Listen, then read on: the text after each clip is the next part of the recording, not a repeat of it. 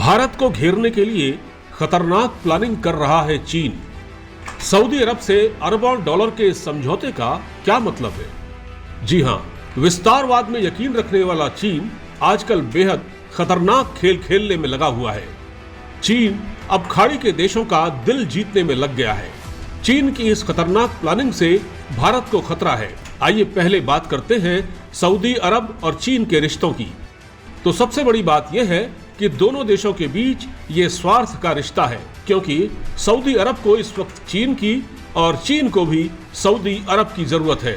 ये बात किसी से ढकी छिपी नहीं है कि सऊदी अरब और अमेरिका के संबंध इन दिनों काफी निचले स्तर पर चले गए हैं और सऊदी अरब चीन के पाले में जाकर बैठ गया है।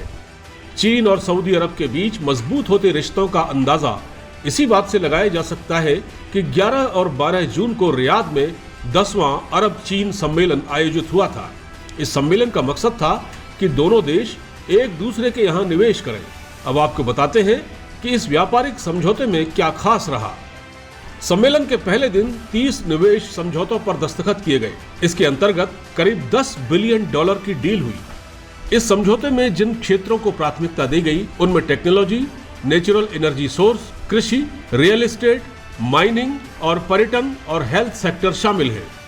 आइए अब ये समझने की कोशिश करते हैं कि सऊदी अरब में चीन का भारी भरकम निवेश भारत के लिए चिंता का कारण क्यों है। तो इन कारणों में पहला ये कि चीन उस देश के साथ डील कर रहा है जो कि भारत का मित्र है।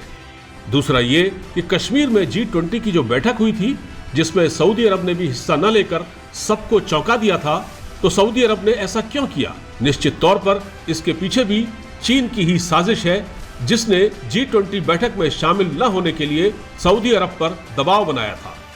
चीन खुद भी इस बैठक से दूर रहा। तीसरी बात यह है कि चीन ने इससे पहले ईरान और सऊदी अरब के बीच राजनयिक रिश्ते दोबारा से बहाल करने में मदद की थी। यहाँ ये जानना जरूरी है कि ईरान भी भारत का दोस्त है, लिहाजा चीन ईरान को भी भारत के खिलाफ भड़का सकता है। इसके बाद चीन का सऊदी अरब के साथ बिजनेस डील होना, ये भारत के खिलाफ चीन की बहुत बड़ी साजिश है। जाहिर है कि चीन जिस तरीके से मिडिल ईस्ट के देशों में अपनी पकड़ मजबूत करने की कोशिश कर रहा है, वो भारत के लिए चिंता की बात हो सकती है। इंडी न्यूज की रिपोर्ट।